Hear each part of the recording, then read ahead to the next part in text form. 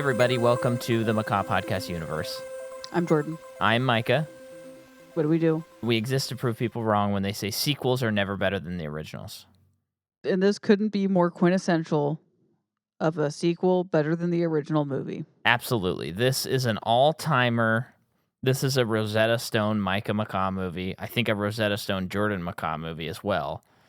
And this takes everything we love from Spider-Man 1 and then absolutely makes it 100% better. Mm-hmm. This is still the best Spider-Man. I'll just say the best Peter Parker Spider-Man movie. Yeah. And there's not really any competition for a second place. No. So here we are. I will say, to peel the curtain back a little bit Yeah. on how we record these, I was a little bummed about recording an ep today that wasn't going to involve Planet of the Apes. Yeah. But then, of course, we watched this movie, and I was like, I can talk about this movie all day. We should think about starting a Planet of the Apes only podcast where we go we just keep watching them over and over again. Yeah, frame by frame, minute by minute, you know, really get into it. Because there's a lot we missed, I know. We've only seen them all once, except the first one and Tim Rise. Burton twice. And Rise, yeah. So to peel back the curtain further, what did we do? We recorded Battle for the Planet of the Apes, and then we recorded Spider-Man, and then we recorded the rest of the Planet of the Apes movies and There Will Be Blood. So we have not watched Spider-Man for like 6 weeks, and we've had this just sitting there recorded. So all of that to say, I'd love to watch Planet of the Apes again. Yeah. No, so here we are. Here we are talking about one of the all-timers. Let me just dive right in. Well, when did you see this movie? I'm pretty sure I saw this in theaters. What year is this? This is 2004. Yeah, I feel like I could have seen this in theaters too. Yeah, June 30th, 2004. Like we're out of school, fourth graders, Spider-Man. I mean, yeah, why wouldn't I see this movie? I just don't have a memory of seeing it in theaters. We would have seen Return of the King in theaters by now. And I remember being in theaters for that one. Yeah, and I think the teaser of this movie was attached to that movie, so it's like, come on, we were in theaters for this. Yeah. I have seen this movie so many flipping times. Yeah. It was on our TV all the time. Oh yeah, this is an all-timer. There's a scene in this movie which we're going to really dive into that I have probably seen, I don't know, 100 times, because my sister and I would just rewind the scene over and over. Like if it was on VHS, we would have worn this tape out. Of course, this movie was not, but we would have worn out that one section. Mm-hmm. But you were about to say something. All I was going to say was, I think this is when I got the Spider-Man skateboard. Oh, yeah. What was the Spider-Man skateboard? I just had one. I had a Spider-Man skateboard. Oh, yeah, and you were using that against me. Yeah, that I know more about Spider-Man, and I'm a bigger fan than you. Right. Which reminds me of things that I don't remember. I have to shout out something that happened. And you're going to hear about this in so long, probably. But we got a new review on Apple. And on May 14th, someone named BW2025. So I have no idea who this person is. They said 5 stars, and the title is Crossed. CROSSED. And it says, again, Crossed. Parentheses, I'm listening to old episodes and think it's funny that Micah will probably have no idea now why he told listeners to leave a review that just said Crossed. And I'm here to tell you, BW 2025, I have no idea why I did that. And I don't even know what episode that would have been in. I have no bearing for what that would mean. So what I'm going to do now is, if you are a new listener and you've not rated our podcast, go on, give it 5 stars, and say Micah is a baseball bat. And let's just see what happens with that one. Okay. Because this brought me so much joy. Only for new listeners?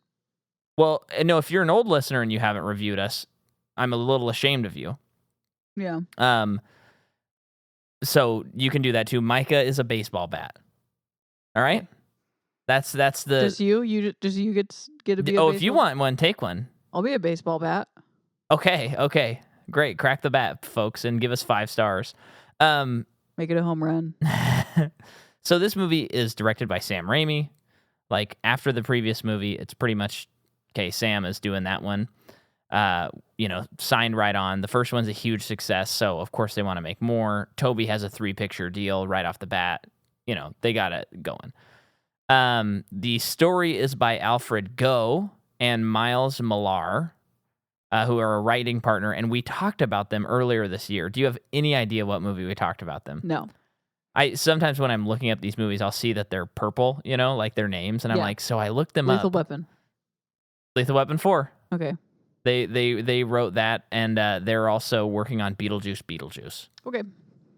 Also on the story is Michael Chabon, who is a novelist, and he has movies, I only did like a very rudimentary look at Michael Chabon, but he has novels that are about like the Jewish experience in America.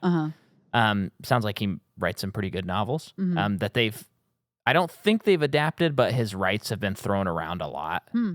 But in the 90s, he pitched X-Men and FF movies.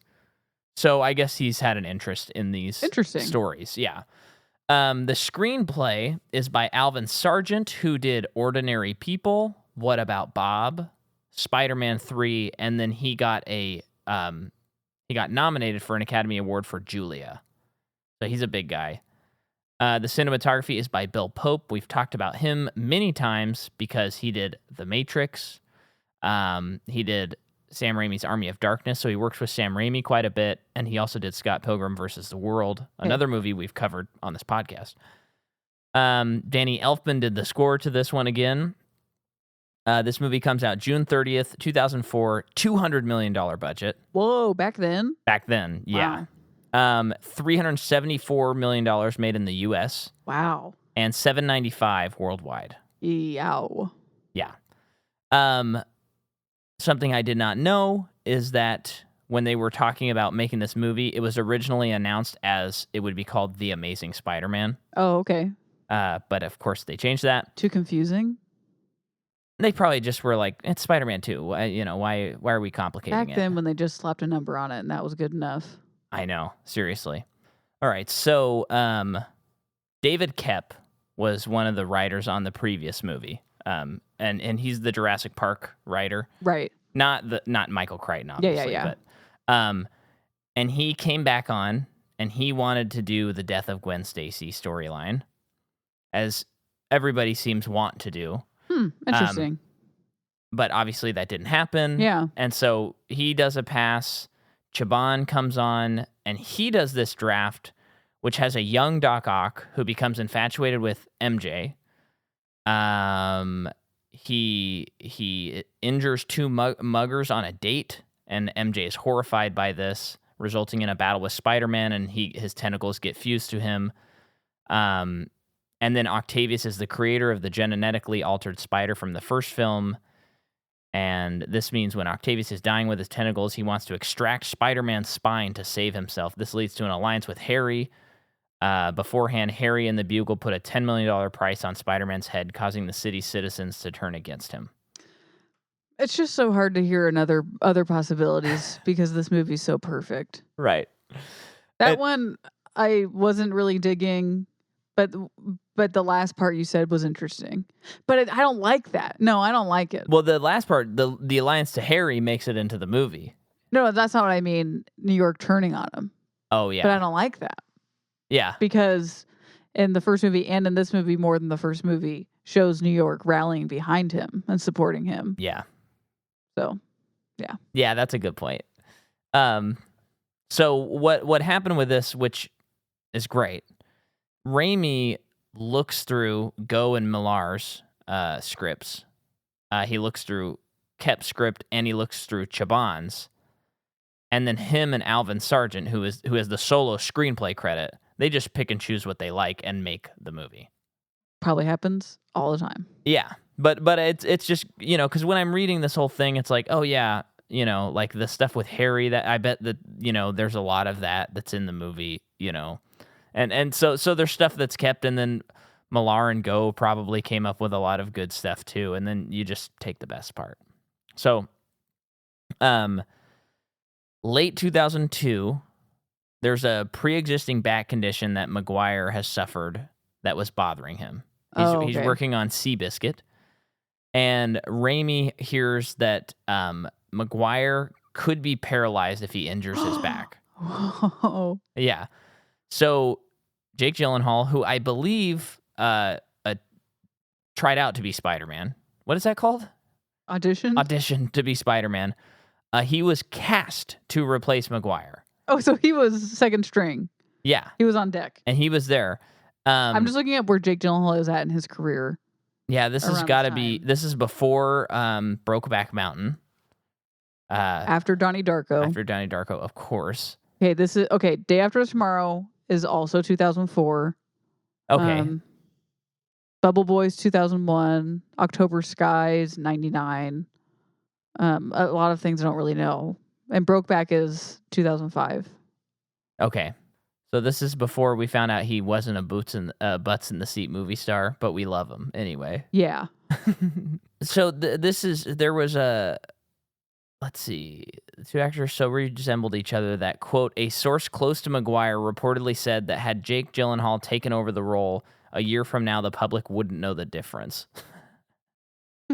Excuse me? What? Yeah. But Maguire's girlfriend's father, Ronald Meyer, head of Universal Studios, helped the actor regain the role with a salary of $17 million. So wait, Maguire had to regain the role? I guess that's what this says. And then just because of someone saying that he has a back problem?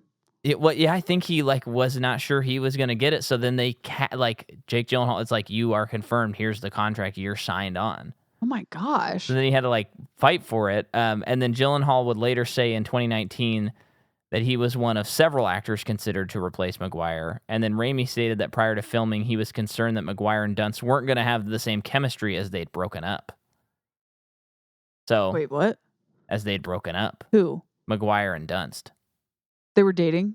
They dated after during the first movie, remember? Oh, yeah, I think we talked about that. Yeah. So I'm glad that didn't happen, as much as I love Jake Gyllenhaal, because, I mean, Maguire's so perfect in this. Oh, yeah. And he still is, in some ways, Tom Holland is maybe more comic booky, but, Maguire's like my first love, It's how I discovered Spider-Man. What is good in these movies, why it works for me, is he's in college now. So, in the last movie, he was, a senior. Yeah, he looked a little bit older, whatever. This movie, he's in college. And of course, I'm looking through this with my 2004 10-year-old lens, and I'm like, yeah, he's in college. And Tom Holland is they just casted it. He's just so young looking that it is that kid is a sophomore or whatever he was in, I mean, it's almost it almost feels like a joke at this point. Yeah. But it truly was thrilling to watch Spider-Man with Tom Holland and be like, he does look like he's in high school. It trually was because thrilling. He actually was young when they cast it. I mean, you think he was 18, but he's still he was young. Yeah, he looked young, and now I think because Andrew Garfield, it's honey, you're not in high school. Right. You're 25. Right. Yeah. So some influence on this movie, going back to a series we covered last year. Well, a director we covered last year, The Pure. Dr. Octopus's Pure is inspired by Fritz Lang and also the Cabinet of Caligari. Yep. So I'm reading this verbatim. To create Doc Ock's mechanical... Wait, did Fritz Lang make the Cabinet of Dr. I don't believe he did. Okay. I'm pretty sure he did not. Looking it up. To create Dr. Octopus's mechanical tentacles, Edge FX was hired to create a core set, a metal and rubber girdle, a rubber spine. He did not. Okay. And 4 foam rubber tentacles, which were 8 feet long and altogether weighed 100 pounds. Whoa. The claws of each tentacle, which were called, quote, death flowers, were controlled by... Okay, cool. were controlled by one puppeteer sitting on a chair. Each tentacle was controlled by 4 people who rehearsed every scene with Melina so they could give a natural sense of movement, as if the tentacles were moving due to Octavius's muscle movement. It's crazy how good it looks. It's crazy. Oh, yeah.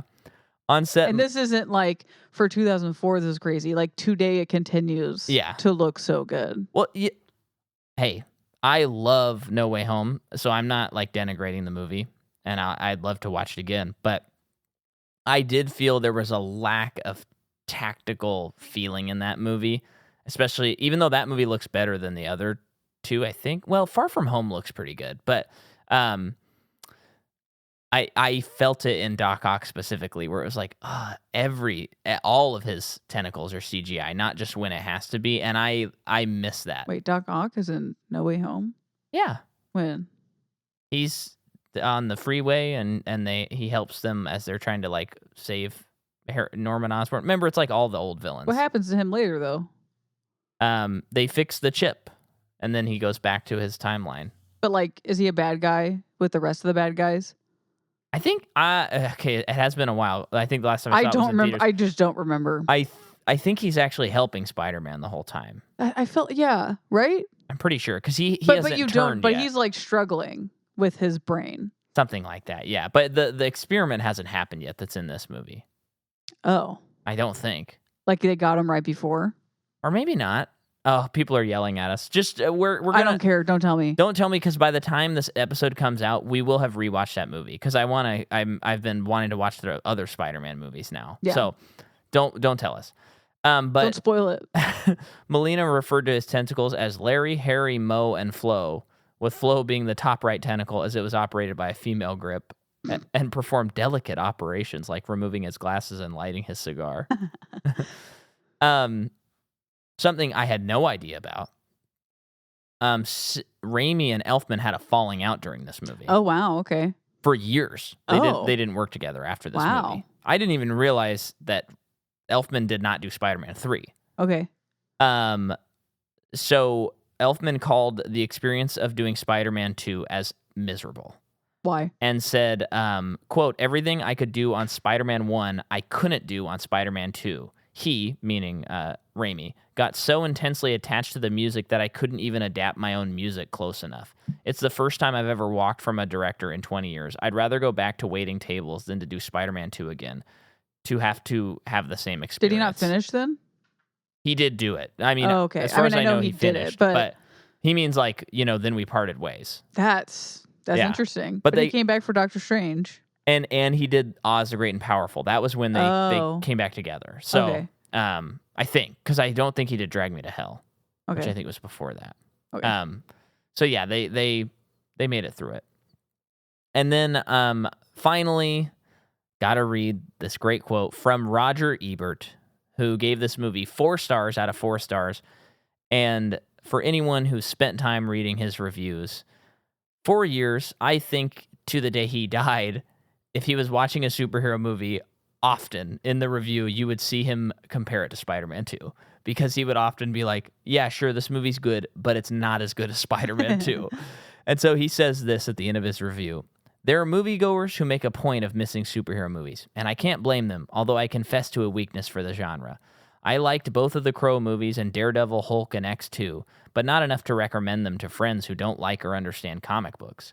Spider-Man 2 is in another category. It's a real movie, full-blooded and smart, with qualities even for those who have no idea who Stan Lee is.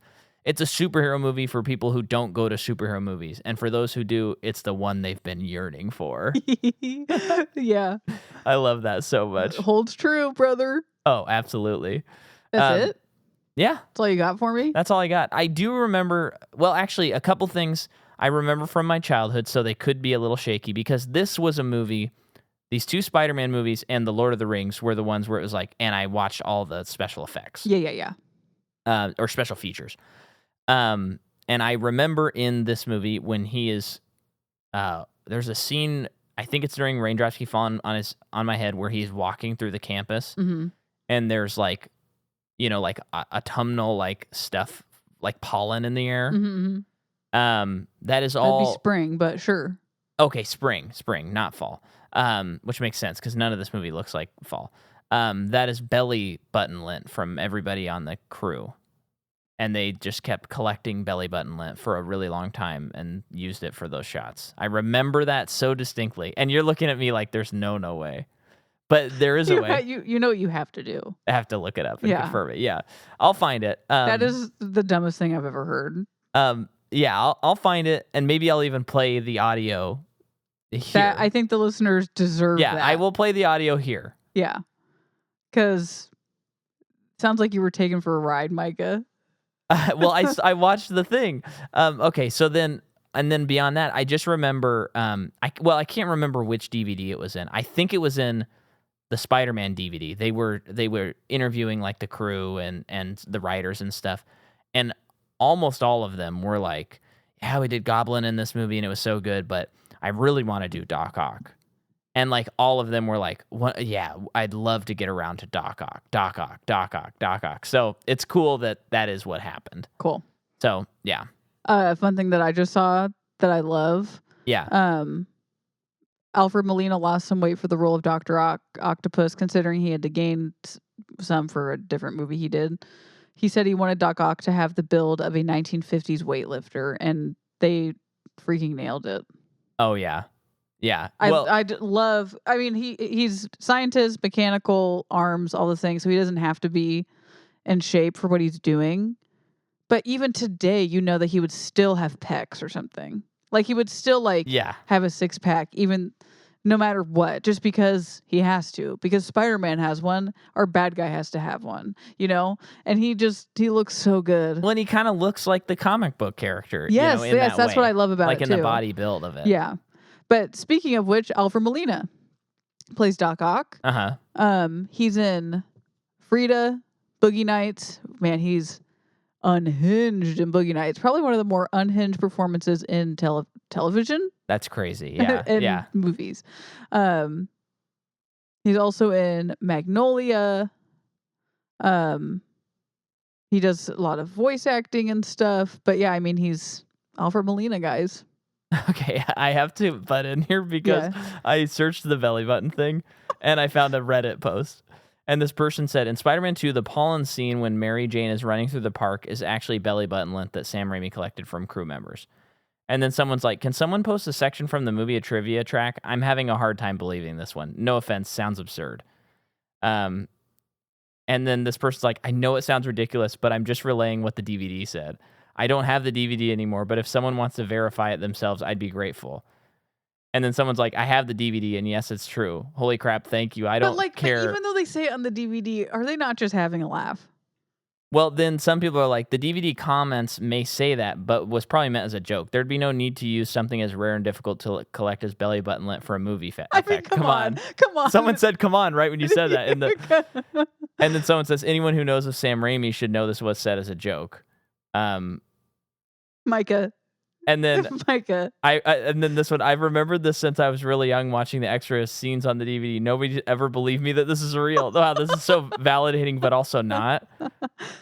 Yeah, it also mentioned that they used giant fans to blow it through the air, and they also asked random bystanders to contribute belly button lint as well. Edit, yikes, I wasn't expecting people to downvote me for quoting the trivia fact directly from the movie subtitles. So... It's just not. It's just not. I wish I could know for sure. Spider-Man's belly button lint. I mean, this is now what the episode has to be about. So, anyway. Are you watching it now? No, that one wasn't it. But I do see that someone wrote about the new Spider-Man game. Spider-Man 2 is disgusting woke propaganda. Okay, so I'm going to continue with the actors. Donna Murphy plays Rosalie Octavius, and oh my gosh, the chemistry between her and Doc Ock is so freaking important in this movie. Yeah, and you have to sell it fast. Wonderful. I know, they had so little time for it. So she is in The Gilded Age, Tangled, Star Trek Insurrection, the Nanny Diaries, and other stuff. And then Daniel Gillies plays John Jameson. He's also in the originals, Bride and Prejudice. Virgin River, Micah. Okay. Oh, I was just thinking Pride and Prejudice. I was trying to imagine. Bride and Prejudice. Oh, Bride? Like B? Yeah. Oh. Looks like it's an Indian movie. Oh? Bollywood meets Hollywood. Okay. And it's a perfect match. That's the tagline. Okay. So... when are we watching it? I know. It's probably it's pretty bad. Yeah, apparently, according to Micah, when John Jameson got on screen, Micah said that's it in terms of his hair, because Talia's hair parts in a very funny Dwight Schrute way. Yeah. And for years, and maybe the for audience years can she's help. not even been alive for one. Wait, yeah. For ever since I've seen that, for months, I've been like, oh, there's a cartoon or there's a mouse in the Great Mouse Detective. This. If anyone else can, okay, fine, just go.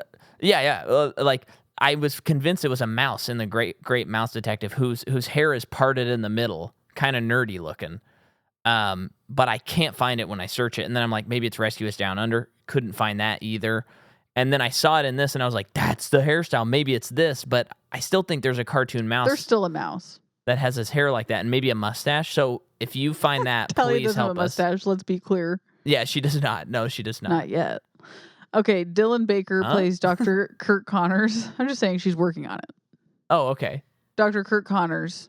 He is in Trick or Treat, Revolutionary Road, Selma. This guy's a character actor, and he always shows up and does a great job. Yeah. He's always Kurt Connors to me. Sure. More so than whoever was the lizard in Amazing Spider-Man, Peter, whatever. Can't remember his name, but anyway. Oh, that guy. Yeah. You know who I'm talking about. Is there anyone else? I think you got. Well, let's give this guy a shout out. Both of these people, Elliot Baskin, who plays Mr. Ditkovich, the landlord. Yeah. Oh yeah. He is in Transformers: Dark of the Moon. Hey, that's it's the second one. Dark of the Moon, not Dark Side of the Moon. Well, no, because that's Pink Floyd. Yeah, I guess so. 13 Days. Deadly Draw. I saw I have to look it up really quick. Patrick Willems' review of this movie. This was great. So funny. Let me see. I can find it quickly. Here it is. This is at the end of his review for Spider-Man 2.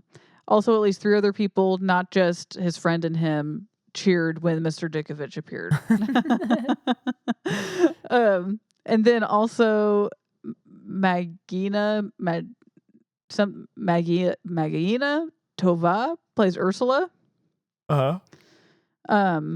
She is also in The Magicians, Hux, The Lincoln Lawyer, the show. Okay. And a lot of other shows. Okay.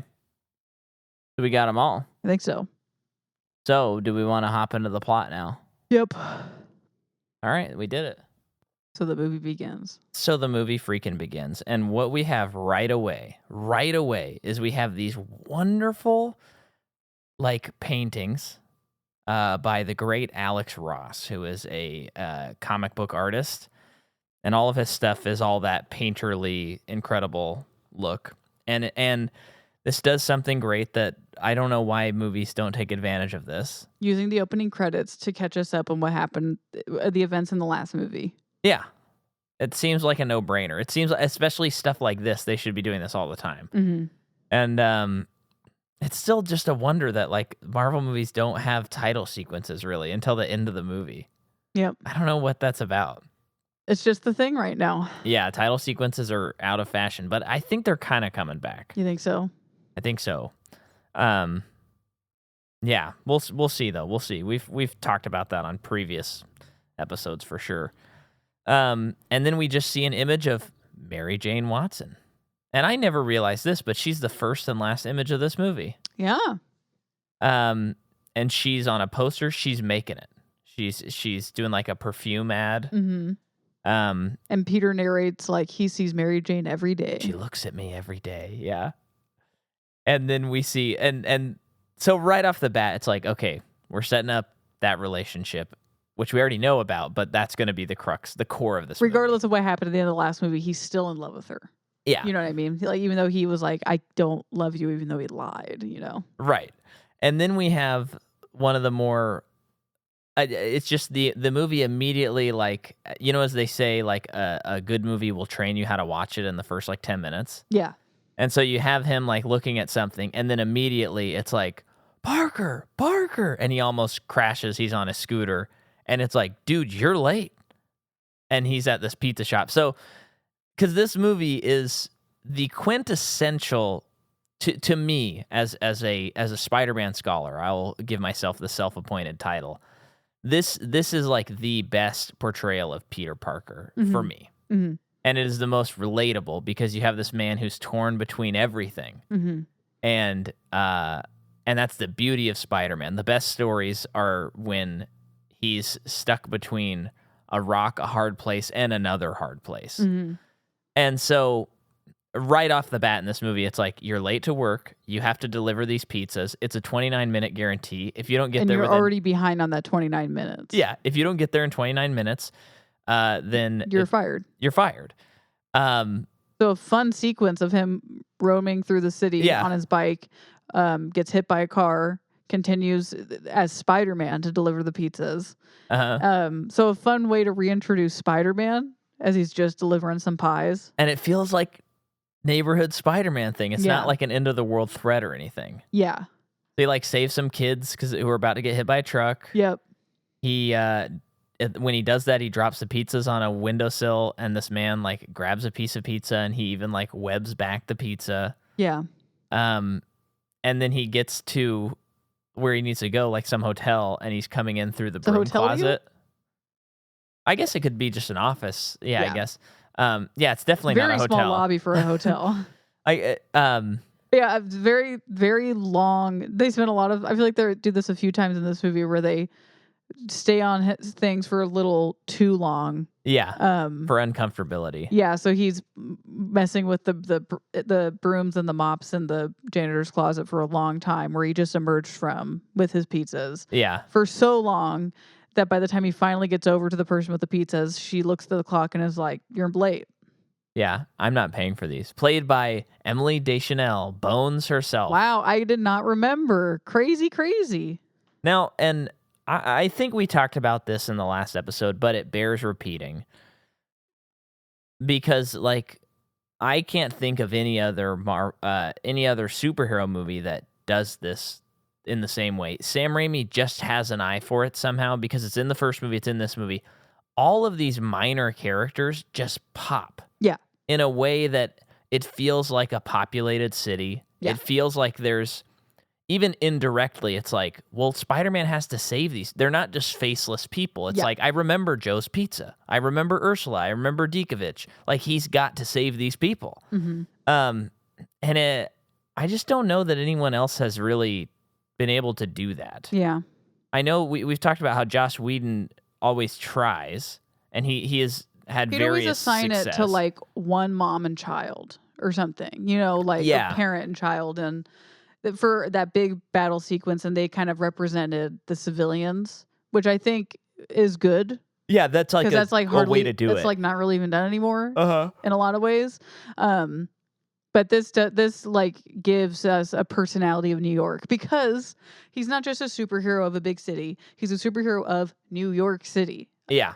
That is so, and the second character in this movie is New York, like that classic thing. Right. And he just spends time making New York a character. Yeah. Sam Raimi does. And he doesn't like, that could be like one of the first things you let go when you're trying to figure out this story. Do you know what I mean? Oh, yeah. No. I'm just sitting here agreeing with you. It's like, it's absolutely key, but it's so easy to overlook. Yeah. And because one of the most the moments that hit the hardest in this movie, probably for me, it hits the hardest, period. Well, besides the Aunt May scene, but on the subway when the people of New York help him. Oh, yeah. Almost makes me cry. It's incredible. But yeah, and we should say, I mean, there's good examples. I mean, I think in the last episode you were like, well, I think the new Spider-Man movies actually do a pretty good job of that. And they do, because it's like he has his high school friends. Yeah. And you're very invested in them and stuff. And like the teachers in the second movie play a pretty large role. But it just feels like this does it in a way that nobody else has really been able to do in this genre of movie. Yeah. So yeah, he gets fired. Mm-hmm. Then it cuts to him at the Bugle, and Jonah's yelling at him, "You're fired." Yes. And then he says, "No, wait, you're hired," because he needs him to cover a certain event that their other photographer can't be there for. Yeah. And then Peter doesn't want to give him more Spider-Man pictures.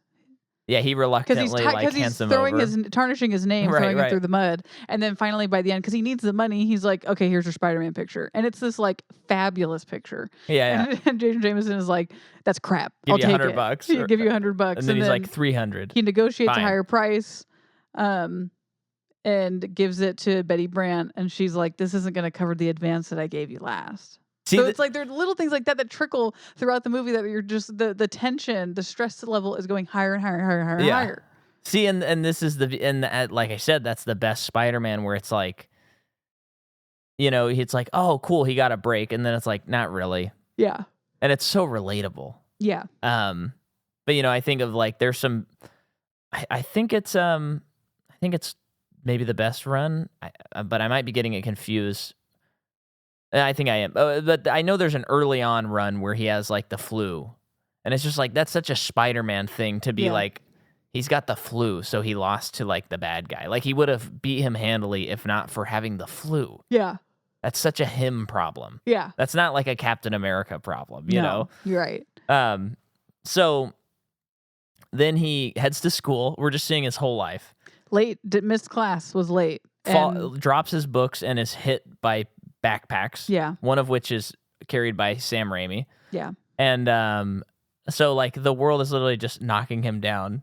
Yep. And his professor, Dr. Connors. Kurt Connors, yes. Kurt Connors, tells him that he needs to keep up, that like he thinks he's lazy. He knows that Peter's brilliant, but he's lazy. He missed class. He's going to have to work a lot harder. Peter's like, I am. I'm writing my paper on Dr. Octavius. He's like, Dr. Octavius is a friend of mine, so you better write a good paper. Yeah, you better do your research. Yeah. Good. And see this, so this is where, as a child, this kind of broke my brain a little bit. Because I see this guy, I don't know anything about him, but by the time I see this movie, I'm like, I gotta read the Spider-Man stuff. So I go to Barnes & Noble and I buy the Marvel Masterworks Volume 1, Amazing Fantasy 1 plus issues 1 through 10 of Amazing Spider-Man. And I read them, and in them is a character called the Lizard, which is Kurt Connors. And when I would watch this movie, to me, this was like, oh, this is a promise that a Lizard movie is going to happen at some point, and we will see the Lizard. So there's just a funny, like, child, like, not understanding how movies work, where I'm like, oh, okay, when is that going to happen? And I don't know if I was necessarily disappointed, but I think even after Spider-Man 3, I'm pretty sure my sister and I were like, well, they have to do the Lizard because he's in the movies. He's in the movie. Like, he's just sitting there rather than just populating the world with well-known characters. That's all. Yeah. That's all. Yeah. Then he gets home, and everyone says, surprise, it's Harry, MJ, and Aunt May. It's Peter's birthday, and he didn't even remember. It was his own birthday. Yeah, and he says, what's the occasion? And Aunt May's like, it's your birthday. What are you talking about? So they celebrate. Harry says, when are you going to talk to her? She's waiting for you. Talking about MJ. She definitely likes you. Yeah, he's talking way too loud. She's just in the other room. Well, he wants it to happen, okay? Yeah. And then he mentions he's taken over his dad's company, and he's mentioned working with Dr. Octavius. Peter's like, oh my gosh, I'm writing a paper on him. Do you want to meet him? Yeah. Yeah. And then he has that moment with Aunt May afterward where he notices that her house is being foreclosed on. And it's like, oh my gosh, this is because this is put onto his shoulders because, he wants to take care of his aunt. Yeah. A part of that is probably feeling guilty about what happened to Uncle Ben. But then also it's like she's old. Yeah. Like he wants to be able to take care of her. Yeah. And this isn't right. Like, where's she going to go? What is she going to do? Well, and he feels that that he's the reason Ben is dead. Exactly. So it's like he's the reason why she's losing the house. Yeah.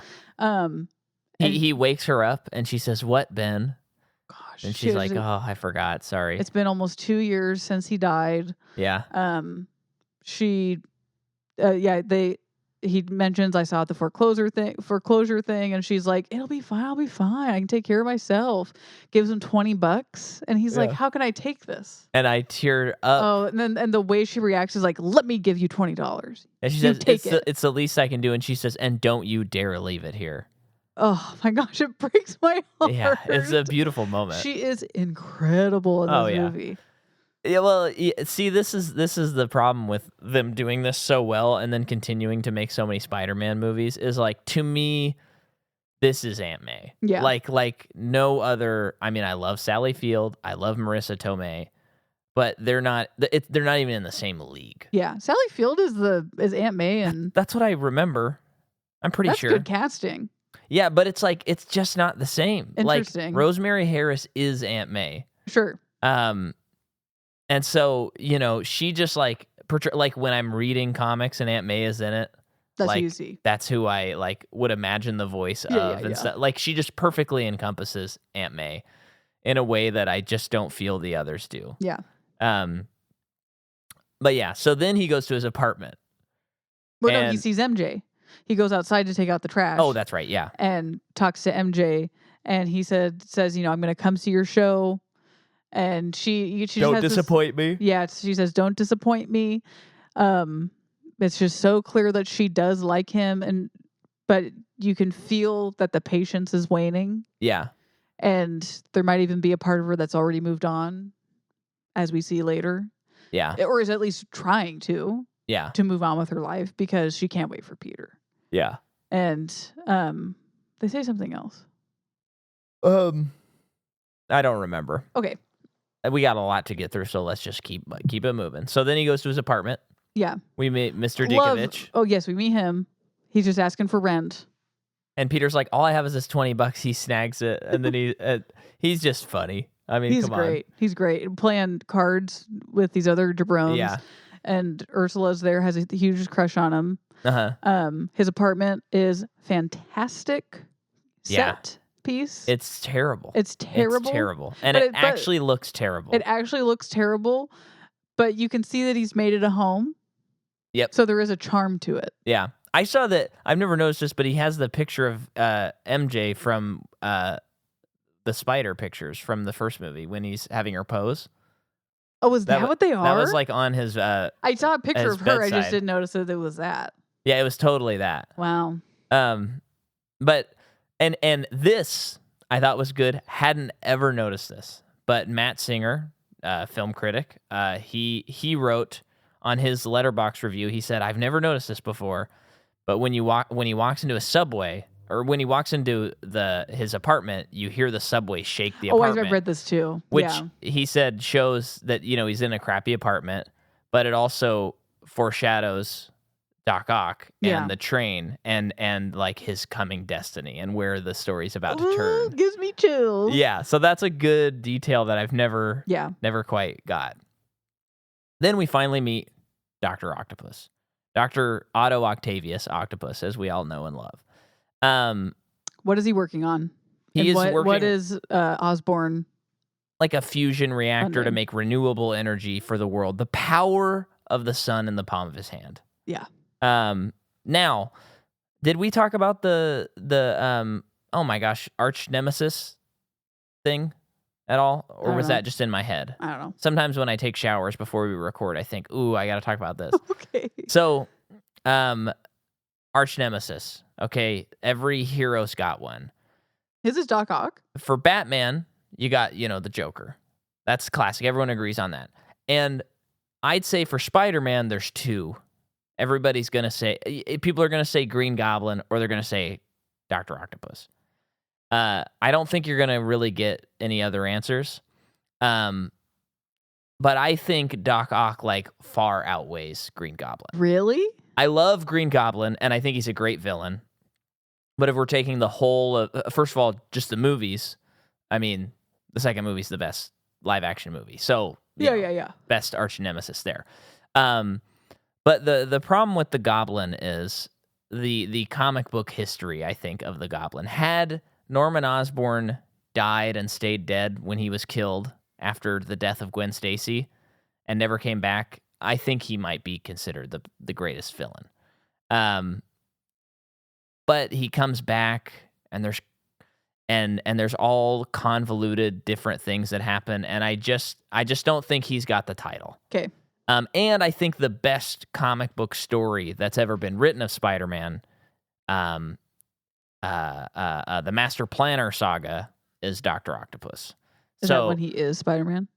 No, but that's I'll speak to that in a moment. No, the Master Planner saga, you have to read it at some point. This one is Stan Lee and Steve Ditko, so it's the original writers, and it's a thing where Aunt May is about to die, and Spider-Man, I think it's 2 or 3 issues. So and he's trying trying to save her, and he needs the serum, and he's going to get it, and like Doc Ock's goons get it, and then he gets trapped under all this is debris. that the famous and then he thing? does the famous thing where he like imagines everyone, and he's like, I gotta quit, I have to quit, and then he decides not to quit, and he pushes out and breaks out and defeats Doc Ock and saves Aunt May.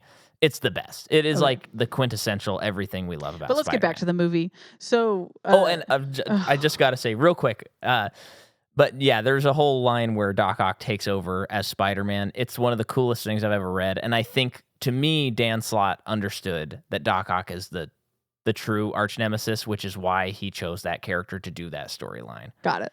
Yeah. Got it. Love it. Gotta have it. Yeah. Okay. So I love when Peter meets Doc Ock. He's just like wants to get back to work, and Harry's like, I'm paying you. You will talk to Peter. And you were happy to do it. And Doc Ock is like, okay, putting on a fake smile, like, I'll talk to this kid. And then very quickly realizes that Peter's brilliant. Yeah. You're Connor's student. He says you're brilliant, but lazy. Has an affinity for him, and they really get into it. Then it goes to a scene where he's having tea with him and Doc Ock's wife. And that's he's so damn charming. Oh, and they have one scene, only one. Yeah. Only like probably not even 2 minutes to establish the chemistry and the love that Doc Ock and his wife have for each other, and they effing nail it. It is a magic trick. It's electric. It's one of those things where you're like, that's like, we can talk about acting all day long, but it's like that right there's masterclass. That is masterclass. Like what is happening outside? Not everyone can do that. What is happening? There are so many children on bikes outside. Well, it's really nice outside. It's really nice, but is it the same children? I don't know. I guess I don't think it's weird. Scooters, bikes, little dirt bikes. Is there a parade happening of children going around on bikes? I mean, it's just a nice night. It's just a nice evening. I'm not complaining. It's singing out of the corner of my eye, and I'm confused by it. Wait, who's this guy on a hang glider? He's green. So yeah, Doc Ock kind of explains like she was an English literature major, and he was the scientist that would always bore her with his science that she didn't understand. I tried to explain to her the theory of relativity. She tried to explain to me T.S. Eliot. I still don't understand. And he said, but you know poetry, and you got a lady. Yeah. Yep. Women love men who like poetry. Yeah. And she's kind of laughing, but is like, oh, so sweet, so cute. I love you. Yeah. And is it the next scene where he's at the laundromat reading poetry? Yeah. Yeah, he's got like a stack of poetry that he's reading. And that's when we see that he gets his laundry. He washed his Spidey suit. And another thing that happened to him is the colors ran and stained everything. Yeah. So it's just worse after worse. So then he heads to MJ's play. Has to sneak out from Digovich, who's yelling at him as he leaves to pay the rent.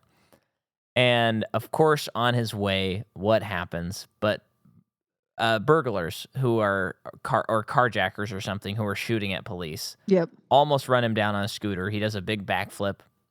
And then it's like, well, he's got to go stop this. Yeah. So he goes and he stops it. It's paced well. It's intercuts with her at the performing and keeps looking at his empty chair. Oh, yeah.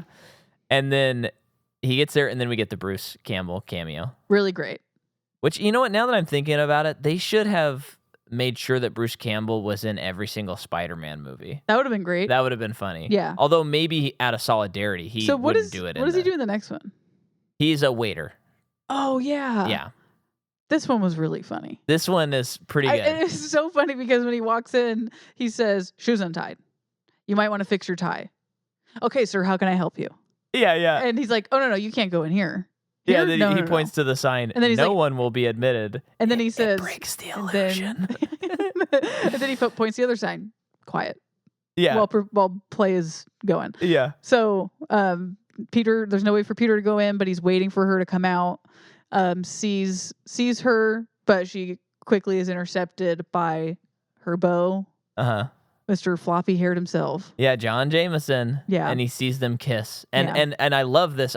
What a nice touch. When she looks over.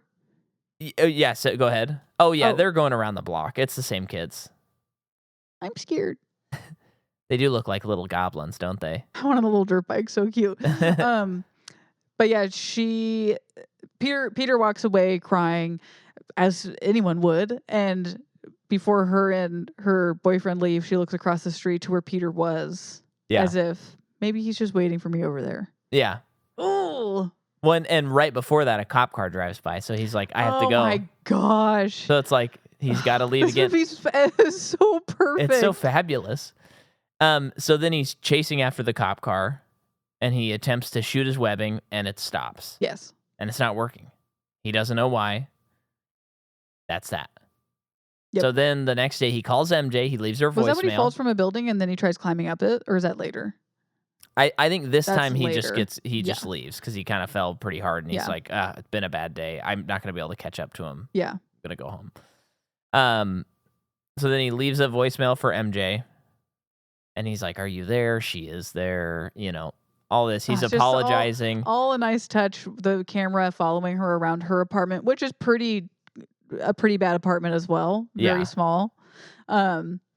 And yeah, for him, it is just excuses. That's all she's hearing. Yeah. And then he runs out of money. He can't finish the call, and it hangs up. And her reaction as she turns away. Because she's kind of waiting for him to continue the call. Yeah. And then line goes dead. He goes, ugh. But then he pretends as if he's still talking to her and tells her that he can't be with her because he's Spider-Man. And doesn't she understand that would put her life in jeopardy? Just by being with him, just by knowing him, and he can't ever let that happen. Yeah. He loves her too much. Yeah. Ugh. Good stuff. Yeah. Good stuff. So then we meet, so then it's like the Doc Ock scene where he has the sun thing, and he starts it. We see his amazing arms and how it's like links into his body. It still looks, I mean, this movie looks great, and like the futuristic element to me doesn't look very dated, except for the computer screens. Yeah. Yeah. And so, he's doing his thing, and he's saying how the arms can be, can help him work with the fusion and all that stuff. I love that the arms are not like, obviously they're essential. But I think when I was a kid and didn't really care about what he was doing, I just thought the arms were it. Yeah. Were the experiment, and they worked. Well, this whole energy thing was just that was the byproduct, but really it's the arms. No. It is funny because I feel like that is a common thing that people would do, which is it's like, oh, I invented this thing like a hoverboard. Now I'm the hoverman or something. Yeah. But and for because him, of the hoverboard, I can do this thing now. It's like, no, he invented this so he can work with fusion and nuclear stuff. Yeah. Which is the same in the comics. It's kind of a hat on a hat, but it works really well. Yeah. And who doesn't love two hats on top of each other? It's I love hilarious. two hats. So then he gets the fusion thing started. The power of the sun in the palm of his hands. Great line. The shot of one glass being black and the other one having the sun in it. The effects look incredible. So good. On the sun. And then, of course, it overloads and it explodes and the whole demonstration gets thrown off. Everyone's in danger. Yeah. And everyone runs out. It shatters this glass, and Peter runs away and comes back as Spider-Man. Yeah. And saves Harry. And they spend the time, this little nugget of, but saves Harry before he is probably killed. And Harry says this doesn't change anything. Yeah. That's his response to his life being saved. And then, like you said, the glass, it was like a wall of glass gets shattered. So much great screaming in this movie. Oh, throughout. Yeah. Genuinely great. This is a horror director. And his wife, she screams as the glass comes and impales her. Yeah. And it death. reflects on the glass. Oh, so good. That's such a comic book. I can see it, you know? Well, it's funny because I was telling you this last night. When I was a kid, especially not growing up watching horror, I had no concept of that beyond horror that was in other movies. Yeah. Like Jurassic Park and stuff like that. Or this one. And so I found out, years later, it's like Sam Raimi, famous horror director. And I was like, oh, really? The Spider-Man guy? Yeah. That's weird. Yeah. And then after that happened, I rewatched this movie after I discovered that. And we got to the next scene, which is the hospital scene. Yeah. And I was like, didn't really remember the scene at all. And yeah, and I was like, terrifying. oh, how did it this not is a horror terrify me as director. a kid? I know, I don't know. But I feel like, I don't know if you felt this way, but there were definite things as a kid that and we talked about this the other day, where I was terrified of them, but I also loved it and couldn't look away, like Indiana Jones. These ones genuinely scared me, but it was like a tantalizing, but I had to see it happen every time because I loved the movie so much. When the Nazis melt in the Ark of the Covenant, it scared me so bad. I remember times of fast forwarding through it. Yeah. Because it was too scary for me at times. And then when the other movie, I forget which one. Temple of Doom. When they pull the heart out of the guy's chest. And I remember there was a period of time of also fast forwarding through that. Yeah. But there were also many times of just like, I have to watch it happen. Yeah. I think, I don't remember being scared at Ark of the Covenant, but I do remember Temple of Doom being like, whoa, this is, and it's like. It's funny that Ark of the Covenant didn't scare you though. Maybe it did though. I just don't remember that. A kid that grew up in a Christian household. Yeah. And so Ark of the Covenant, you were taught about this thing. Yeah. And then it's put in this movie that is not real. But what if we did find it and someone opened it? I was probably like, I'm fine. I'm washed by the blood, baby. I don't have to worry. I probably was like thinking like I could never look. I always have to have my eyes closed because I don't want to melt, and then I don't want to go to hell. Right. You know. That was another thing. This isn't going to be great for the audience, but in that Jodorowsky's Dune documentary, that Ark of the Covenant scene, there was like some storyboards from his Dune that looked really close to what happened in that, with like the spirit coming out and like attacking people and stuff. So. That was another thing they cited as, from him. Well. So yeah, this hospital scene, they're trying Anybody to here take shop class? Everyone's giggling. But they're surgically removing the mechanical arms from his body because they're fused to his spine. But the arms are sentient. Yeah. And they fight back. Yeah. And it is, as we just said, horrific. The most horrific one is when the lady's being dragged and her nails. Oh, it looks so good. But this is even lit in a very horrific way. Yeah. This scene. And then Doc Ock gets up ah.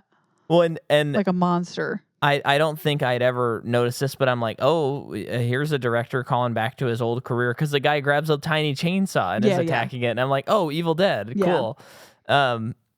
So yeah, then he gets out and he goes outside and a car almost hits him and he like flinches and his arms like throw the car. Yeah. And then he goes to this pier. And I think the pier where it happened. Oh, right. Oh, is that the same place? Yes. Oh, I don't think I ever put that together. Yeah, he even says rebuild it where it all started. I don't think it is the same place. It is the same place. Because we see them on the street after the first time. I know we do, but what else would it be? I think it's just an abandoned pier. You got to look it up. Okay. But also tell me what happens next. So Doc Ock gets named, which is a very funny scene, and I'd like you to talk about it. So then it cuts to to the Daily Bugle, where they're figuring out what to name this guy. They say, is it Ted Raimi? Yeah. He brings up, what about Doc Ock or Dr. Octopus? And J. Jonah's like, no, that's terrible. Okay, what about Doctor Strange? No, that one's already used. And then J. Jonah says, how about Dr. Octopus? As I think they did in the last movie with Spider-Man. Yeah, and he does mention Doctor Strange. Did you say that? Yes. Okay. I have no idea how to look this up and find it. Okay. I just tried looking something up and it brought up I'll see if I can do a quick thing. Yeah. I gave up on it right away. But anyway, very hilarious scene. And just classic Jonah. And then we go to the bank. So something I love about this, it's hilarious. It does make sense, but Doc Ock is like, I need to steal money so that I can make this experiment.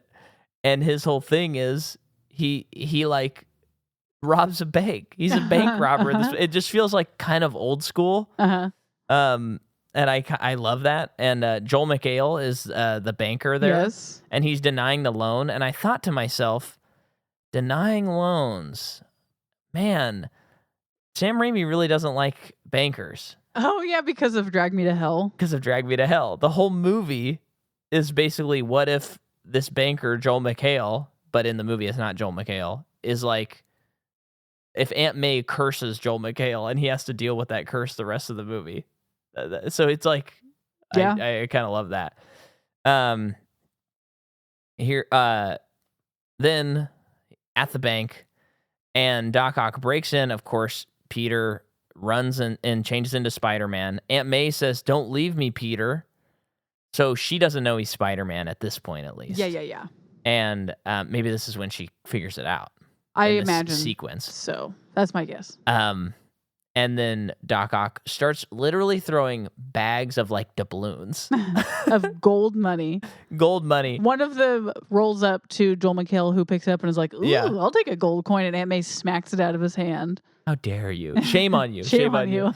And Spider-Man's got a nice quip where he says, "Here's your change." I kind of feel like that's his only quip in this movie. Oh, I don't remember. It's an interesting choice. I remember in the Spider-Man 2 episode for Blank Check, Chris Gethard was on, and he said it's almost a weird choice in this movie that they chose to be so aggressively unfunny with Spider-Man, because that's such a classic thing, is he's always doing quips. Yeah. They're usually kind of dad joke adjacent. Here's your change. That's a good example of one.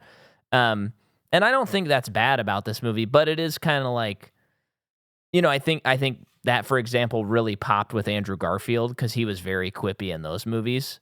I don't know. Yeah. Kind of interesting. It's still a perfect movie. I'm not faulting the movie for that, but as a comedian, Chris Gethard, I think he probably noticed it more than I ever have.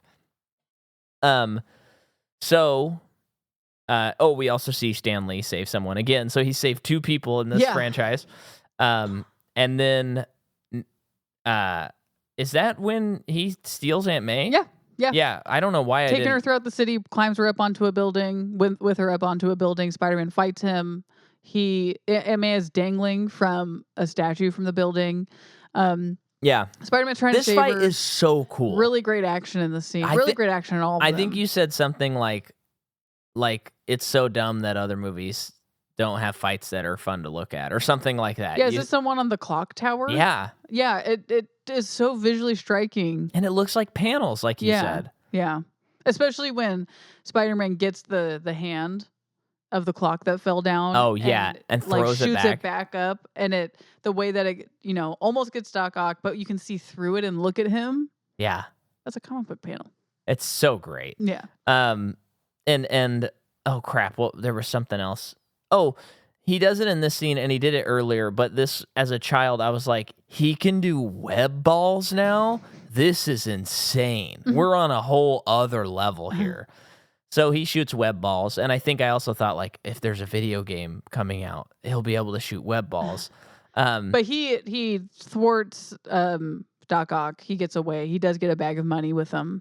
Yeah, a little bag of money. But Aunt May saves him. He's about to kill Spider-Man, and she gets him with her umbrella. Yeah. And then he brings her back down to the street and zooms away, and people run up to him, and it's like, "Take me, Spider-Man."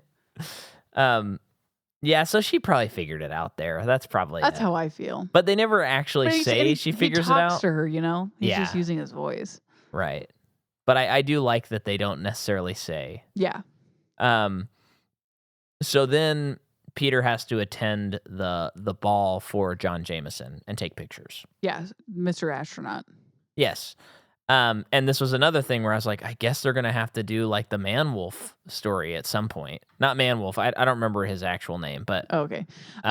Yeah, that's cool. Harry is also there, drunk. Yeah. Because his Just big give investment... me the bottle. His investment is... he's ruined. Ruined, yeah. And then coming down the steps, you're hearing... Dun, dun, dun, dun, dun, dun, dun, dun, and you see... MJ coming down the steps with John Jameson, and Peter's trying to take pictures, and he just stops, and then the sound is kind of fading out, and then you're just hearing J. Jonah like, "Parker, get the picture! What are you doing? Look alive! Get the picture! Get the picture!" Yeah, and I love that throughout the scene, Peter keeps trying to get food. Oh yeah, and can never get it. Yeah, and he tries to take a picture of someone, but his lens cap is on. So it's even in moments like this, Peter cannot have a single thing go right for him. Yeah. Then he finally talks to MJ. He tells her some poetry, and she's like, what does that even mean? What are you talking about? Yeah. I felt like that scene was actually a very modern scene. Yes. It just feels like MJ has a lot of agency in this movie, especially for the time. Yeah. And I know it's only like 20 years ago, but it just still feels even like, for the time, yes, absolutely. We've seen like the X-Men movies around this time, and the women, even like the regular superhero women, a lot of times don't have like agency like she does. Mm-hmm. So yeah. Yeah, and she then, says you're Jonah, nothing to me but an empty seat. Yeah. And then J. Jonah proposes, not J. Jonah, John Jameson, Jameson proposes to her here publicly. Peter sees it. Oh, that's when you're saying when J. Jonah is yelling at him. Oh, is that it? To get the picture. Yeah. Yeah. So good. Yeah. And so then he goes to the doctor because he was out again and his powers weren't working. Or maybe that's right after. I don't know. But he's getting a checkup. He goes swinging right after and he falls again. That's right. So then because that all happens and he's swinging, and I think I said something like, if that happened to me, I would just swing all night. Yeah. Like swinging out my sorrows. Yeah. And then his webbing goes away, and then he can't really climb up a wall. Then he goes to the doctor, and the doctor's like, you're fine, you're healthy. Yeah. And then he's like, how was your mind? Like, right. How are you feeling mentally? And he's like, well, I have a dream that I'm Spider-Man. Well, it's actually my friend's dream that he's Spider-Man. And I just love that the doctor sits on the table next to him wearing a Grateful Dead shirt. Just a fun touch. And is like, so your friend dreams that he's Spider-Man. Yeah. And Peter says, Spider-Man, but then like he loses his powers. Yeah. And then he says like, well, maybe you're not supposed to be Spider-Man. Maybe you're not supposed to be climbing those walls. Then he's sitting there and he's thinking about it in his apartment, and he has this vision of Ben, and they're back in the car. Mm-hmm. And Ben's basically like, with great power comes great responsibility. You gotta do what you're supposed to do. And Peter's like, I can't anymore. What about what I want? I need to do what I want to do. Oh, it's so crazy. And so he goes to the trash can. He chooses to stop being Spider-Man, which means that he loses his powers. Yes. And he throws the suit in the trash. They do the panel from Spider-Man No More, I think 53. No, it's issue 50, I'm pretty sure. And I think Doc Ock is the villain in that one. Cool. I actually meant to reread that before we recorded. Great issue, though. Another classic. And then we have a scene that I am going to have to talk about for a little bit of time. Okay. This is I give it the title. This is my favorite use of a song in any movie. Your favorite needle drop? My favorite needle drop all time. My sister and I have watched this scene probably 100 times. This song got me to go to iTunes and download BJ Thomas's Raindrops Keep Falling on My Head. This song got me to perform the song at a talent show at school. You did? I did. What grade? Well, this came out in 2004, so probably 5th or 6th grade. Played guitar and did Raindrops Keep Falling on My Head. But this is... Did you say as you got on stage and you're announcing what you're going to play, and did you say, as performed in Spider-Man 2? No, I did not do that. But what I love about this scene is everything about it. Yeah, it's so good. So it starts off with, the song starts playing and he looks so happy and he is strutting. Then he proceeds to trip. He stands up, he shakes it off, he puts on his glasses, and then he keeps walking. Mm-hmm. And then he's in his apartment and he's trying to fix a bike. He messes up. He spins the tire. It flies off the apartment and hits someone or hits around them, and he says sorry. Mm-hmm. Then he gets a hot dog. Mm-hmm. While a crime races by, and he just looks at it like, not my problem. Takes a huge bite, but at first he kind of like reaches for his clothes. He does, yeah. Then he's like, no, I don't have to anymore. And then he he's at school and the camera's panning in, and Kurt Connors is like, and that is what? And he's like, 23 electron or 0.23 electron volts, and he's like, very good, Parker. Or I think even before that, he says like, Parker again. Yeah. And Connors tells him like, keep it up. Yeah. After class. And then that's what we do with the freeze frame. He gets out of class and it freeze frames. Mid-movie, we do a freeze frame. I've never seen anything like it. It is just, it's everything I like about movies in a scene. It truly is. It tells so much. And it's, the cheesy element is fantastic because also, like, we're still seeing that, like, Parker gets the worst of it, even if he doesn't have to deal with the mask. Like, he's still, it's not like now he's still a loser. Yeah. Yeah. But it's like, because he's choosing, because as Spider-Man, he's Spider-Man. Yeah. But he's still Peter Parker. Yeah. The nerd. Deciding to not be Spider-Man anymore doesn't up his coolness factor. Right. He just is the nerd. Yeah. It's just the absolute best scene, and it's probably my favorite scene of this movie. I love it that much. It's incredible, and I'm sure that brought my sister a lot of joy thinking about the times we just rewound it. And the other thing, and I forgot I was going to record it and send it to her, but at the end of this movie, when Spider-Man catches the falling like steel girder that's about to fall on MJ, and as it's about to fall, he goes, "Oh!" and it is the funniest sound. It's a funny yell. And me and my sister would just cry laughing, and we would just rewind that scene also over and over and just watch him go, "Boo!" I could laugh so hard on this viewing. I forgot that it happened, and it made me laugh too. And it's such an emotional moment, but it's like, that is such a crazy take to go with. Yeah. No! It doesn't even sound like he says no to me. It's just like, "Boo!" It sounds like you're doing a Tim and Eric sketch. Yeah. Like where they've pitched it up. Yeah. So then Peter's walking by and he's seeing a person getting mugged. Yeah. And it fades to black as he walks away. Yeah. There's a lot of fades to black in this movie, used very well. Yeah. And then this homeless man sells the costume to JJJ. He gets 50, or JJ asks him for $50, and he's like, or he says, "I'll give you $50." And he's like, "I could get more than that on eBay." So it's like, then Jonah's like, "We did it! Like the press won. We beat Spider-Man." Yeah. And that one guy who's like one of the editors, Robbie Robertson, of course. Oh, okay, real character. Oh yeah. Earlier in the movie, I loved that. I think it was really in the beginning, where they're having a hard time getting new pictures of Spider-Man, and Peter's in the room, and Peter's like, he just hasn't really been out. I haven't been able to get pictures of him, and it cuts to that guy, and he's looking at him like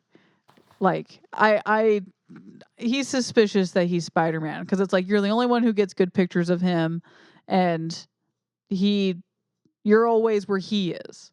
So in this scene, when wow, Micah not being on mic makes me not want to talk for some reason. I feel like I'm talking to nothing.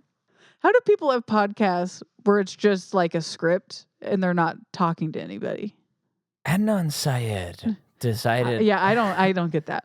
I think you have to take a journalistic approach, not a conversational approach. And I just said scripted, so you do know what you're going to say. Yeah, but even still, there's probably a lot of times where you get in your head and you're like, tells Aunt May. Tells Aunt May? But in this scene, when Spider-Man is declared over, that it cuts to that guy and he looks worried. Oh, yeah. Yeah. And I feel like, I know you said like he's worried for Peter. Well, I think you said this, worried for New York City. But I think he's worried for New York City. With that. Yeah. He's New York at heart. Yeah. He likes slices of pie. So then what?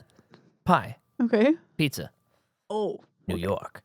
So then we have one of the most emotional cruxes of the movie. I don't think that sentence made any sense. He is hanging out with Aunt May, and is this after the play? Because he goes to MJ's play. Yes, he does. And he takes her breath away when she sees him sitting there. Yeah, she messes up the line. She messes up her line, and she can't stop looking at him the whole performance, the rest of the time. Yeah. And they're talking afterwards. She still can't believe it. And Peter's trying to convince her, like, there was something between us, but it's not there anymore. I can be with you. Yeah. I'm here now, and I will always be here. And MJ's like, that's not good enough anymore. Yeah. And basically, he's just trying to get her to admit, well, he's getting her to call off the engagement, trying to. Yeah. And then he's trying to convince her, like, isn't there a part of you, though, that, like, wants to figure this out? Right. And you can tell that she does, but she's also moving on. Yeah. And then she gets to that taxi, and she looks back at him and says, something is different about you. Yeah. And gets in. And by the way, I'm getting married in a church. Yeah. Which you have to watch the movie to remember that part, okay, guys? I'm not going to tell you the context. Then Peter tells Aunt May, it's the anniversary of Ben's death, and he tells Aunt May, because she says, I was responsible, and he explains, he leaves out the Spider-Man of it, but he explains how, he went somewhere else, and the place got ripped off, and he wanted revenge, and he didn't stop the guy, and that's the guy who killed Ben. Yep. And he was there when Uncle Ben died. Yeah, and holding his hand. And I love her acting in the scene. Get out of here. She looks so horrified and devastated. And she loves Peter, and you expect her to go, that's hard to hear, but I love you. It's okay. But I can't look at you right now, or something. When he puts his hand on hers, she takes it away. She reaches away. Gets up from her chair and leaves the room. And says nothing. Mm-hmm. It's powerful. It is. It is powerful. Yeah, this thing that, especially since he's been holding on to it this whole time, and he finally has the courage and feels like it's the right time to tell her, and that's what he gets back. Yeah. He can only feel worse about it. Yeah. And then Harry and Doc Ock make a deal, because Doc Ock's like, I need tritium. There's only 25 pounds of it on the planet. Yeah, Harry's obsessed with catching Spider-Man, especially now that even though he's disappeared, he's still obsessed with it. And the butler comes in and is like, I'm leaving for the night. And Harry says, I'm leaving for the night. Says, your brother only obsessed about his work. That was really good. You sounded just like him. Do it again. The guy sounded just like Kermit. Your brother only obsessed about his work.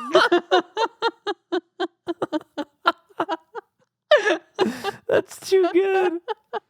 Yeah, Doc Ock gets to him to get more money, and Harry says, get Spider-Man and I'll get you what you need. Yeah. And you can find him through Peter, because Peter knows where to take pictures of him. Yeah. But don't hurt Peter. Yeah. As he's like already gone. Yeah. With the great Doc Ock theme. Donga, donga, donga, donga. And then there's a big old fat fire. Yeah. And Peter sees it, and this is unbelievable. Yeah. Because they go, I think there's a kid trapped on like the 4th floor. I think it was the 2nd floor. Second floor, and he runs in, and he's like, you know what? I need to do this. It's probably, he had that thing with Aunt May. He's reminded, like, I'm the reason Ben died. What am I doing? I can't throw off this responsibility. Yeah. And so he goes in, he saves this kid, and it's tough. Thrilling scene. Yeah, great. And his powers aren't really back. Yeah. And while he's sitting there, I love this touch. This is just the touch you need. He is sitting there at the fire truck, recovering from after the fire. And someone's like, man, you got guts, kid. And then another one says, there was some poor soul on the 11th floor never made it out. Yeah. And at least this time, that kind of struck me as he's hearing that, and he's like, I did this thing. I can do this. But then he's like, if I hadn't given up Spider-Man, I could have saved both of them. Yeah. So he's going to come back, guys. Yeah. And then he's sitting there by himself, and he's like, am I not supposed to have what I want, what I need? And this is so resonant, because guess what, folks? I want to be a full-time musician. And you sit here and you watch a Spider-Man movie and you go, I don't know. Am I not supposed to have what I need? Do I just have to sacrifice and let some of this stuff go? and it hurts. Yeah. But then this time it hit me more as like, is my responsibility to be an artist? And Yeah. it's kind of hard to parse out sometimes. Life Yeah. is kind of difficult. Yeah. Life's not a comic book. No, but it's like maybe art is being Spider-Man, and it's like it's hard to manage. But you have to do it. Otherwise, what are you doing, Yeah. Yeah. That's what I viewed it as this time. And then what happens now? At least by my estimation, this is the first time in the entire movie that something goes right for Peter. With MJ? No. Oh. A nice woman across the hall brings him a piece of cake. Oh, yeah. And he is shown kindness by someone. Yeah.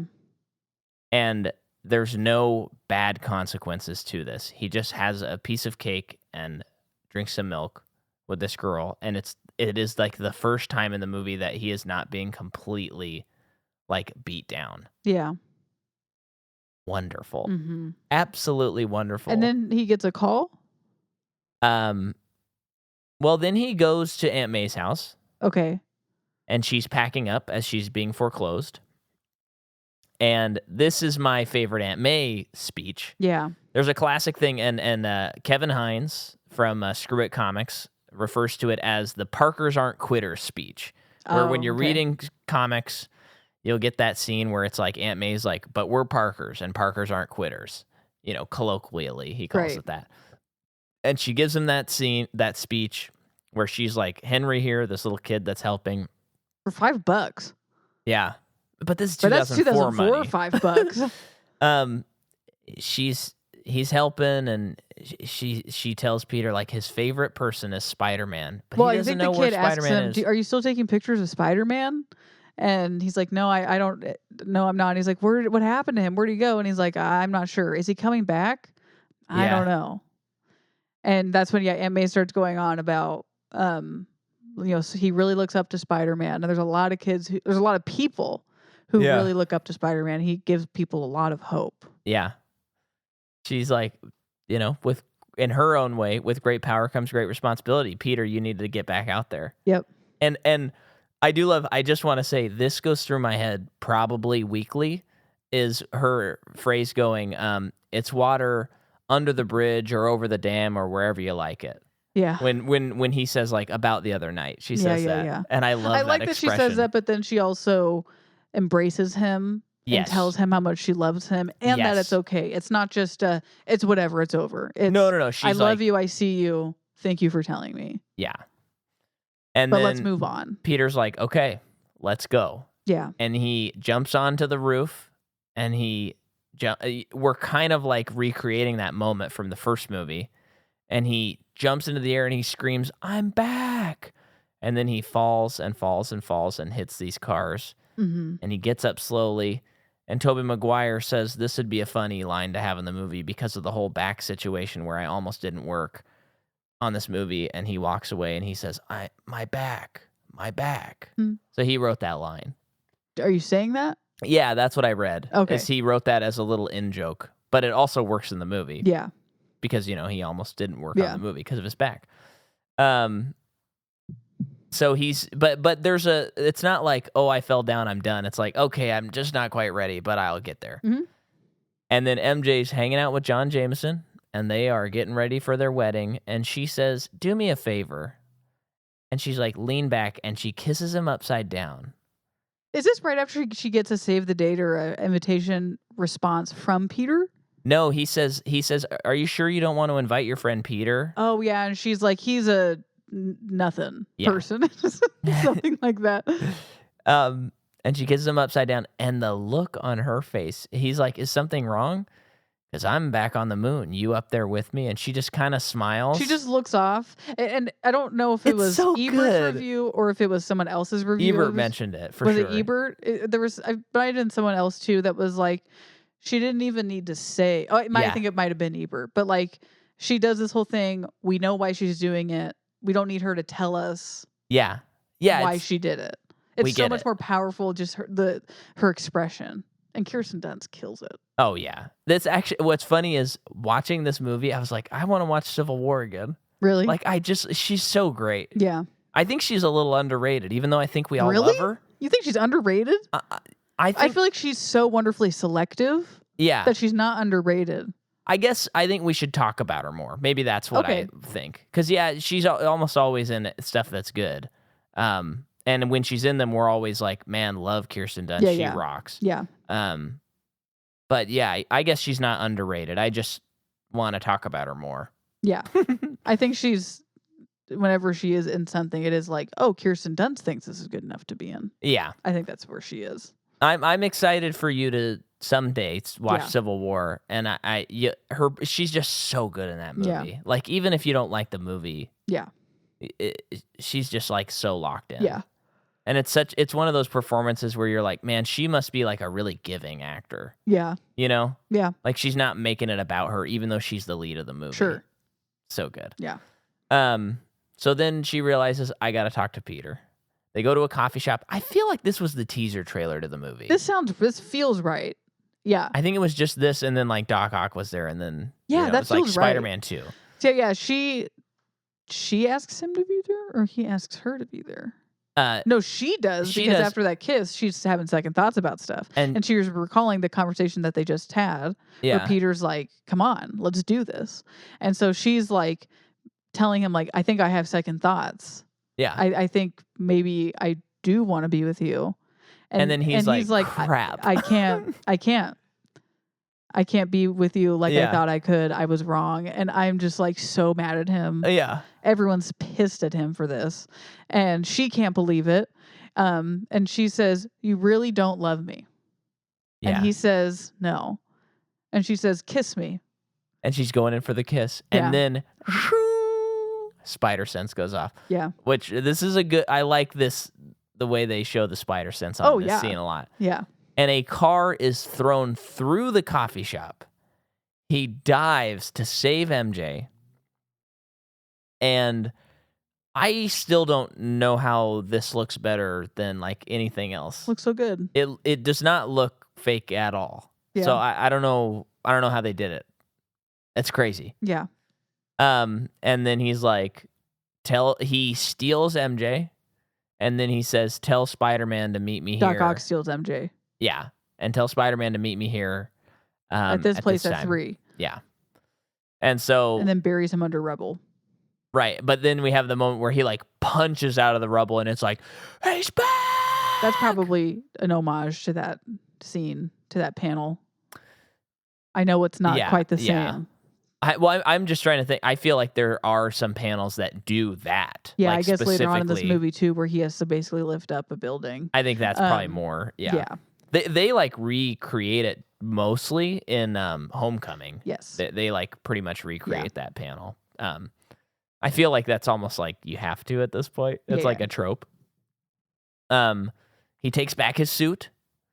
And then he meets Doc Ock, and they're at the train, at the subway. Mm-hmm. And they have a fight. Have you ridden on these trains when you were in Chicago? Well, this is New York. They shot it in Chicago, though. I know, but you know that New York has a train like that.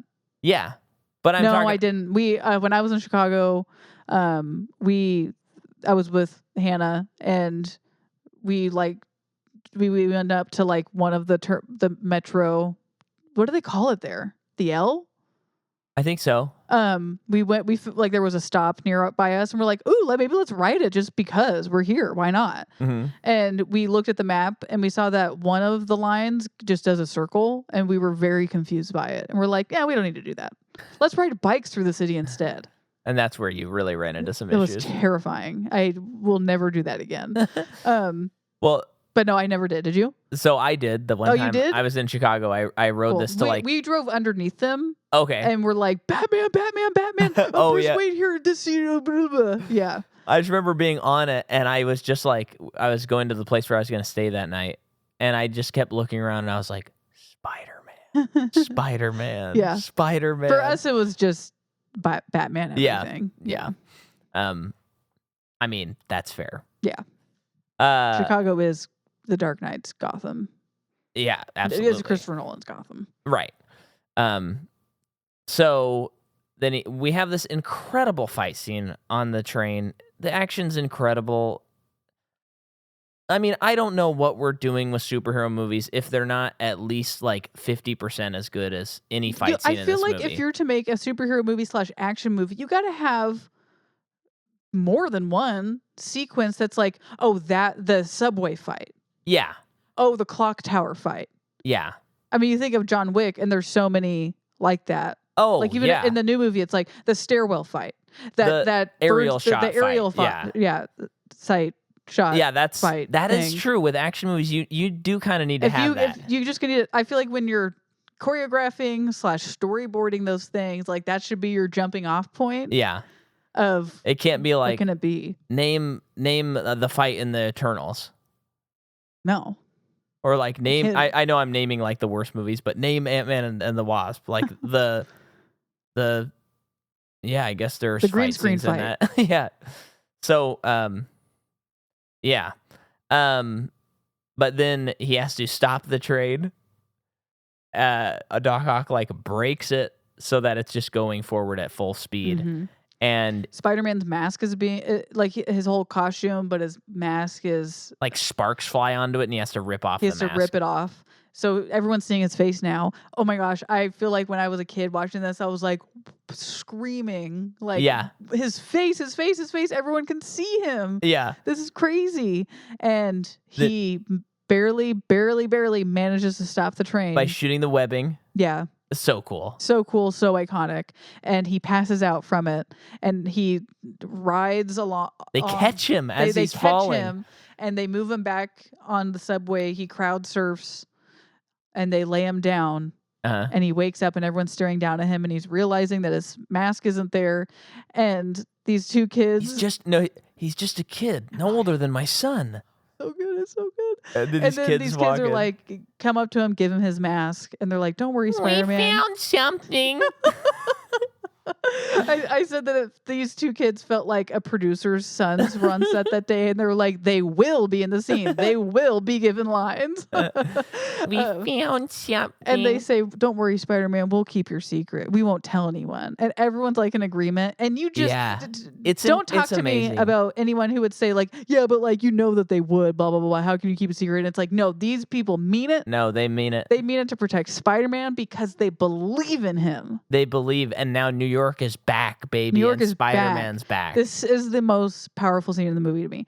And so Doc Ock shows back up, and the people stand in front of him, the crowd of people on the subway, and they all look terrified. I love that touch. And this guy says, like, "You got to get through me," basically. And they all get in the way. They all get in the way, and Doc Ock is like, "Okay," and scoops them all to the side and gets Spider-Man. And he drops him off at Harry's. Yeah. Harry's going to kill him. And then he takes off the mask and sees it's Peter. Which, again, the first time I saw it, I'm like, oh my gosh, now Harry knows? I know. I was like, this is the craziest movie I've ever seen. Yeah. Oh, this surely... Well, I guess Return of the King had come out 6 months earlier, so I don't know what I would have thought was the best movie. I know. I probably was like, what a time to be alive! But then he doesn't kill him because Peter kind of wakes up and he's like, he's got MJ. Whatever we have doesn't matter. He has MJ. Yeah. And so Harry's like, okay, go get him, but this isn't over. And so then he goes to the pier, and Doc Ock starts up his big solar system thingy, and they have their one big battle. Yep. They fight for a little while, and he reminds him of, goodness. Well, the sun energy orb thing is out of control like it was the first time, and is imploding, and it will kill everybody. Yeah. New York if they can't stop it. So that's when Peter tells him, like, remember who you were. Yeah. And Doc Ock fights the tentacles in his brain about it and remembers the before. Yeah. And he is like, oh, if we drown it, we can beat it. So Doc Ock takes it down with him into the river. So this movie, I love this. Spider-Man and Dr. Octopus are both cursed by their work. Yeah. And they both have to give up their dream. But one of them, they both give it up for good. Yeah. But but it's a curse at the end of the day. Yeah. Love that.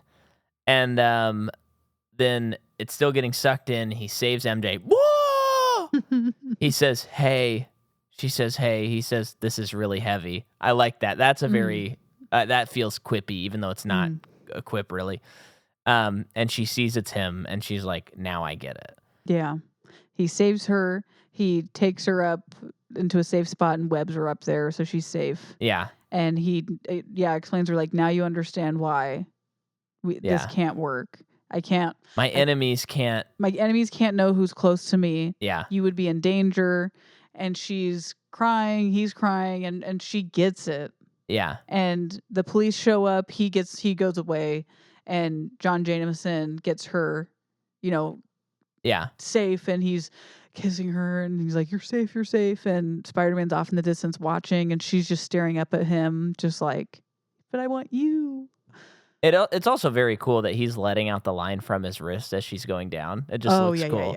Yeah. And then we cut to Harry, and Harry is hearing this voice in the house. Mm-hmm. He's driven to madness. Mm-hmm. It's his father. He gets mad, throws a beer or throws the whiskey at him, and he sees this weird room behind a mirror. And lo and behold, he finds the serum, the glider, the mask, and the layers. Great setup for a third movie. Yes. Oh man, when I was a kid and saw this, oh my gosh, I couldn't wait for the next one. Yeah. Oh yeah.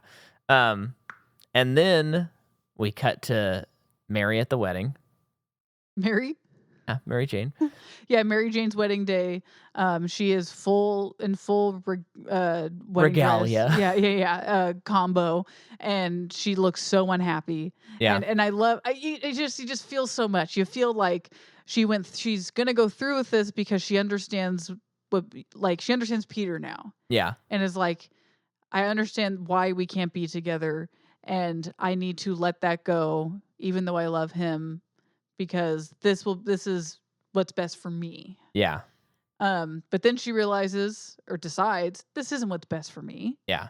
The doors open, everyone stands for the bride, and a bridesmaid comes down the aisle with a note. Yeah. And she has stood. Star of 24, season 3. Yes. She stands. MJ stands him up at the wedding.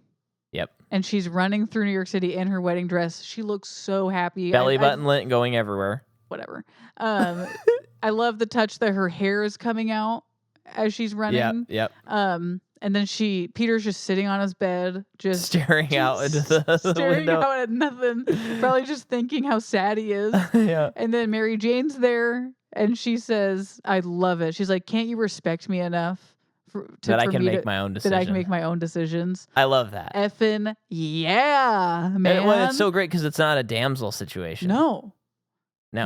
It's like she is choosing this. She is choosing this, and she knows full well the risks. Yeah. As much as she can. Yeah. And oh my gosh, and Peter's like, okay. Yeah. And so they embrace, they kiss. Oh, it's beautiful. Beautiful.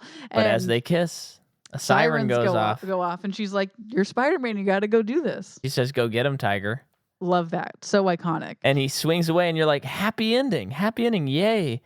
And then the movie does what puts it to brilliant level. It cuts back to MJ.